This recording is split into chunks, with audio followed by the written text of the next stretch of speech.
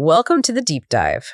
Today we're plunging into, well, the often mystifying world of bonds, their valuation, and something called the yield curve. It sounds complex, but it's really fundamental stuff. Absolutely. I mean, you hear about bonds everywhere, right? Governments borrowing money, big corporations financing huge projects, and bonds are often how they do it. They really are a core part of finance. But have you ever wondered how these things are actually valued? Why do their prices fluctuate seemingly out of nowhere sometimes? And what in the world is a yield curve anyway? Yeah, those are the key questions. So our mission for this deep dive is to unpack the core concepts: bond valuation, yield to maturity, and the absolutely crucial role of the yield curve, making them crystal clear and actionable for you. And hopefully show why it's relevant beyond just finance jargon. Get ready for some surprising connections, because we're going to see how even small shifts in market expectations can dramatically impact a bond's price, and how a simple graph can tell us a whole lot about the economy's pulse. That's right. Think of this deep dive as your shortcut to understanding a truly fundamental part of financial markets without getting, lost in dense jargon. Yeah, cutting through the noise. Exactly. Understanding how bonds work isn't just about investing, though that's part of it. It helps you understand broader economic signals, how companies are financed, how governments raise money, and what the collective market thinks about the future of interest rates. Right. It's a key piece of the financial puzzle for anyone wanting to be truly well-informed. Okay, let's unpack this then. We hear about bonds all the time, but what's the fundamental idea? What exactly are bonds? At their core, bonds are simply IOUs. Think of it like lending money, but on a more formal scale. Okay, an IOU. Yeah. Issued by governments and corporations as a means of raising finance. They're often referred to as fixed income or fixed interest securities. To distinguish them from stocks. Right, equities. Exactly. Because they typically make known, regular returns for the investors, the bondholders at regular intervals. These interest payments are called bond coupons, and they are generally fixed. Unlike variable dividends you might get from stocks. Precisely. And most corporate bonds in particular are redeemable after a specified period. So a plain vanilla bond, a standard one, will make regular interest payments to you, the investor. The coupon payment. Right, the coupons. And then it pays back your original capital, known as the nominal or face value, on the redemption date. That's when the bond reaches its maturity. So if I'm holding this IOU, how do we actually figure out what an investor would pay for one of these today? Is it simply the face value printed on the bond, say $100? No, not usually. The value an investor would pay today is the present value of the future income stream that the bond promises. Present value. Okay, discounting. Exactly. This future income stream, the coupons, and the final principal payment is discounted back to today using what's called the required rate of return, or simply the yield. The yield. Got it. Let's look at an example. It makes it clearer. Imagine a bond that's redeemable in 4 years for its nominal value of $100. Okay. And it pays an annual coupon of 5% on that $100 nominal value. So $5 a year. Right. Now, if the required rate of return for a bond in this risk class is, say, 4%. Lower than the coupon rate? Right. If the market only requires 4%, but the bond pays 5%, investors will pay a bit more for it. Its price would be calculated at $103.63, a premium. So it's trading above its face value because the market requires a lower return than the bond's coupon. What if the required return was higher than the coupon, say 6%? You've got it. If that required rate of return was 6% instead, then using the exact same calculation method, the price of that bond would drop to $96.53, below face value, a discount. Okay. And if the required rate was exactly 5%, same as the coupon, then the price would be exactly $100, the nominal value. We call that trading at par. So if market interest rates in general go up, the value of my existing fixed rate bond goes down. And vice versa. That's the critical point. This right here is one of those aha moments we promised. It's a fundamental principle that explains so much of bond market movement. It really is. This isn't just theory. It means if you're holding an existing bond and market interest rates suddenly jump, your bond's value instantly takes a hit. Or, conversely, a rate drop can make your old bonds surprisingly more valuable if you need to sell them. That's the crucial insight. There's an inverse relationship between the yield or required return of a bond and its price or value. Inverse. Higher yield, lower price, lower Higher depth. price, exactly. Yeah. It's also important to note that this isn't just a straight line relationship, it's what we call convex. The price changes aren't perfectly proportional, but the core inverse idea is what matters most for understanding the direction. Okay, so convexity adds a wrinkle, but the basic inverse relationship holds. Yes. So we know how to price a bond if we know what return an investor requires, the yield. But what if we know the bond's current market price and we want to figure out what return investors are actually getting? Flip the question, basically. That's where the yield to maturity, or YTM, comes in. It's also known as the gross redemption yield, or GRY. YTM or GRY, same thing. Pretty much, yeah. If you know the current price of a bond, along with its coupons and redemption date, you can compute the required rate of return, which is the YTM. How do you do that? Well, we use an approach similar to calculating an internal rate of return, or IRR. It involves a bit of trial and error or financial calculator functions. Okay. For instance, consider a bond paying a 7% coupon, redeemable in 5 years, at its $100 nominal value. Right. And let's say it's currently trading in the market at $106.62. Above par, so the yield must be less than 7%. Exactly. You know the direction already. Yeah. If we run the numbers, its calculated YTM would be around 5.46%. That's the rate that makes the present value of all the future $7 coupons and the final $100 repayment equal to today's price of $106.62. So the YTM is essentially the rate of return where the sum of the present values of all future income streams the interest coupons, and the final redemption amount equals the bond's current market price. That's a perfect definition. And it represents the average annual rate of return bond investors expect to receive if they hold the bond until redemption. Yes, assuming all payments are made as promised and coupons are reinvested at that same YTM rate, which is a slight simplification, but the core idea. Okay. And you'll see YTMs for bonds quoted all the time in the financial press, often based on the closing price. For example, you might see the bid yield, which is the YTM calculated using the current bid price, the price someone is willing to pay for the bond. Right. Makes sense. This leads me to wonder, though, if a company is issuing a new bond, how do they decide what the required yield should be? Is it just one number for all bonds no matter how long they mature? Or does the time horizon actually matter? That's a great question, and it brings us to the next level. If we connect this to the bigger picture, it's actually incorrect to assume that bonds of the same risk class, say from the same company, but with different redemption dates, would have the same required rate of return. So time matters. Definitely. Markets demand different annual returns for bonds with differing lengths of time until their maturity, even if they're from the same issuer and have the same credit risk. This concept is known as the term structure of interest rates. The term structure. And it's represented visually by the spot yield curve, or just the yield curve. The yield curve. We've arrived. We have. For example, a company might find it needs to pay, say, 3% annual interest for a 1-year bond, Okay. but maybe 3.5% annually for a 2-year bond, and perhaps 4.2% annually for a 3-year bond. So the rate goes up the longer the term? In that scenario, yes. This results in what we call an upward sloping yield curve. And is that the normal expectation? That longer-term bonds require higher interest? It seems intuitive that tying up your money for longer might require more compensation. Yes, the normal expectation is indeed an upward sloping yield curve, usually. Way usually. Well, because bonds with a longer period to maturity typically require a higher interest rate as compensation for the increased uncertainty and risk associated with tying up your money for a longer time. Think about inflation risk, interest rate risk over a longer period, even if the credit risk of the issuer is the same. Right. More time, more things can happen. Exactly. However, yield curves can take on many different shapes depending on how the markets perceive future interest rates. Oh, like what? For instance, if investors expect interest rates to fall significantly in the future, you might see a flat yield curve where short and long rates are similar, or even an inverted yield curve. Inverted, so shorter-term bonds offer higher yields than longer-term ones. That seems backwards. It does seem counterintuitive, but it happens. It often signals that the market expects a recession and anticipates the central bank will cut rates dramatically in the future. While there are various economic theories that try to explain these shapes, like the expectations hypothesis, liquidity preference, market segmentation, the core idea is that the yield curve is like the market's collective crystal ball. Giving us a hint about what large investors think interest rates will do down the road. Precisely. It reflects collective expectations. Okay, so if we have this yield curve, these different rates for different maturities, how do we use it to actually price a bond, especially a new one that a company wants to issue? Right. So Annual spot yield curves, those rates for each specific year, are often published by financial news outlets or central banks.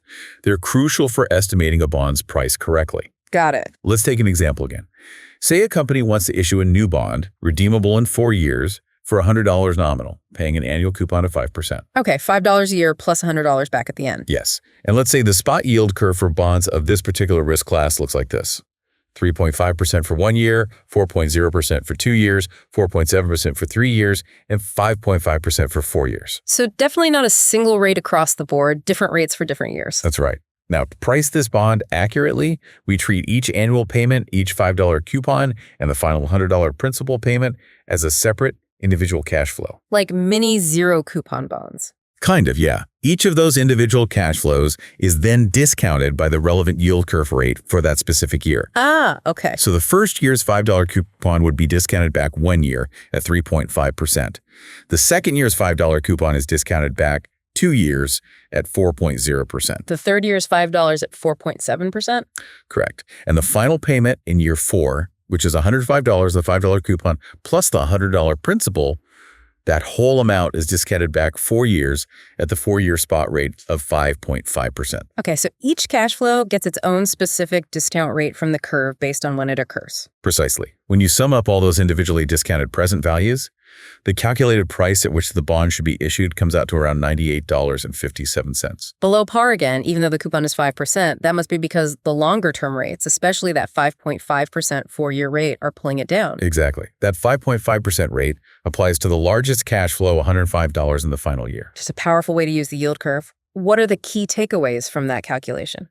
Well, there are a few important points here. Firstly, if you were to calculate the yield to maturity for this bond, now that we know its theoretical price is $98.57. Using the YTM method we talked about earlier. Yes. You'd find the YTM is about 5.41%. Notice that this YTM is actually slightly lower than the 4-year spot rate of 5.5%. Why is that? It's because some of the returns from the bond, the earlier coupon payments, come in years 1, 2, and 3, when the interest rates on the yield curve are lower than 5.5%. Ah, so the YTM is sort of an average of the spot rates weighted by the cash flows. That's a great way to put it. Yeah. The YTM is essentially a weighted average of the term structure of interest rates that applies to that specific bond's cash flows. Okay. And thirdly, this reinforces the idea that while we often calculate YTM after seeing a bond's market price, theoretically, it is the term structure of interest rates, the yield curve itself, that truly determines the fair price or value of the bond in the first place. The curve dictates the price, not the other way around, conceptually. Correct. Now, just a practical note. Oh. For simplicity, our example assumed annual coupons. In the real world, coupons are often paid more frequently, maybe semi-annually. Right. That would require some adjustments to the calculations using semi-annual rates and periods. But the fundamental principle of discounting each cash flow by the relevant rate from the yield curve remains exactly the same. Okay, that makes sense. Adjust for frequency, but the concept holds. This is really interesting. So the yield curve helps us value bonds. But how do we even get this yield curve in the first place? How do central banks or financial publications actually compile these curves?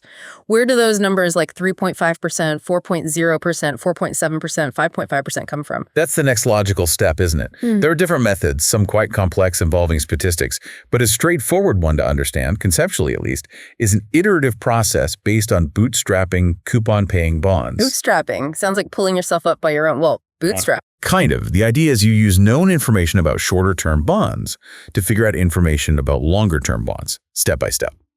Let's use an example with government bonds, which are often used as a benchmark because they're generally considered very low risk. Assume they're all of the same risk class and have annual coupons for simplicity again. Okay, government bonds. Say we observe 3 bonds trading in the market. Bond A matures in 1 year, has a 7% coupon, and trades at 103 others. Bond B matures in 2 years, has a 6% coupon, and trades at 102 dollars. Bond C matures in 3 years, has a 5% coupon, and trades at $98. Okay, so we have their maturity, coupon, and current market price. How do we bootstrap that? How do we build the curve from these pieces? Right. First, we look at Bond A's. It only has one payment left, the $7 coupon plus the $100 principal, totaling $107 principal, paid in 1 year. We know its current price is $103. So we can solve for the discount rate that makes $107 in 1 year worth $103 today. Exactly. That calculation tells us the 1-year spot rate. It comes out to about 3.88%. That's our first point on the yield curve. Year 1 equals 3.88%. Okay, step 1 done. Next, we move to bond B. It matures in 2 years. It pays a $6 coupon in 1 year and a $106 coupon plus principal in 2 years. Its current price is $102. And we now know the rate for the first year's payment. Precisely. We use the 3.88% rate we just found to discount the first $6 coupon payment back 1 year. We know the total present value must equal $102, so the only unknown left is the 2-year spot rate needed to discount the $106 payment in year 2. So you can solve for that 2-year rate. Yes. When you do the math, the 2-year spot rate comes out to just under 5%, let's say 4.96%. So 0.2 on our curve, year 2 equals 4.96%. Clever. Using the known to find the unknown. What about bond C? Same process. Bond C pays $5 in year 1, $5 in year 2, and $105 in year 3. Its price is $98. We already know the 1-year spot rate, 3.88%, and the 2-year spot rate, 4.96%. So we discount the first 2 payments using those known rates? Right.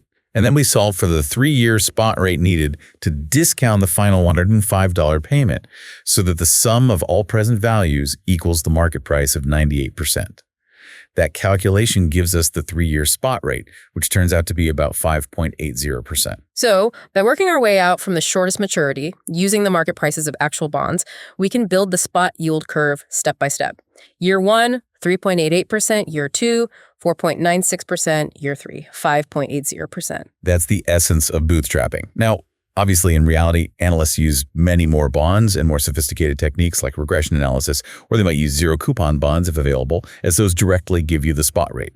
But bootstrapping gives you the fundamental logic. Okay, that makes sense for how you get a government bond yield curve. But what about for specific companies? You said earlier they have different risk, and each company has its own risk profile, so their bonds can't just follow the government curve, can they? They'd have to offer a higher yield, surely. You're absolutely right. Government bonds usually form the risk-free benchmark curve, or close to it.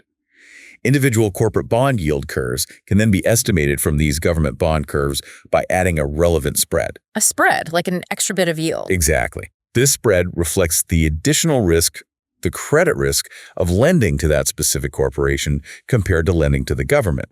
The higher the perceived risk of the company defaulting, the wider the spread investors will demand. Okay, so how do we estimate that spread? Well, market data providers often publish tables showing typical spreads for different industries and different credit ratings, ratings like AAA, AA, BBB, and so on, assigned by agencies like S&P or Moody's. Right, the credit ratings. So for instance, imagine a table showing average spreads over the government curve for companies in the retail sector. Let's say for an AA-rated retail company, the spread is 29 basis points for 1-year maturity. A basis point is 1/100%, right? So 0.29%. Correct. And maybe the spread is 41 basis points, 0.41% for 2 years, and 55 basis points, 0.55% for 3 years. Okay. Now, let's take a specific company, say Mason Retail Co., which has an AA credit rating. We take our bootstrapped government bond yield curve from the previous example. Year 1, 3.88%, year 2, 4.96%, year 3, 5.80%. And add the AA retail spreads to each point. Exactly. So Mason Retail Co.'s estimated individual yield curve would be 3.88% plus 0.29% plus 5.37%. 5.80% plus 0.51%, 5.37%. 5.80% plus 0.55% plus 0.55% compared to the government for those maturities. Precisely. And Mason Retail Co. would likely use these rates, or something very close, as the discount rates when evaluating projects or issuing new bonds. And the market prices of its existing bonds would reflect this company's specific yield curve, which incorporates both the general level of interest rates from the government curve and its specific credit risk, the spread. Wow, what a journey, seriously. From defining the humble bond as just an IOU and understanding its basic valuation based on present value. Which is key. We've gone all the way to the powerful concept of the yield curve, how it influences bond prices, different rates for different times, and even how it's constructed using that clever bootstrapping method and adjusted for corporate risk using spreads. It connects a lot of dots, hopefully. The practical takeaway for you, the listener, is that understanding bond prices, their yields, and the yield curve provides crucial insight into how companies and governments finance themselves. That's important context. Yeah. More importantly, perhaps, it shows how market expectations for future interest rates and economic conditions are reflected and built into financial instruments right now. It truly is a fundamental piece of the financial puzzle. It feels like learning to read a vital sign for the economy. That's a good analogy. So the next time you see financial news mention a flat or inverted yield curve, you'll immediately know it's not just a technical term. It's the market collectively signaling its view, maybe concern about future economic growth or even potential recession. It's like an early warning system you now understand the mechanics of. Exactly. That's a powerful perspective to have. So think about this. The next time you hear about bond yields going up or down, or see a chart of the yield curve perhaps inverted or sharply upward sloping, what new questions will you ask about what it might mean? What could it be signaling about the broader economy, or maybe even about your own financial decisions? Consider how even these seemingly small changes in perceived risk or time can profoundly impact what that basic IOU is actually worth today.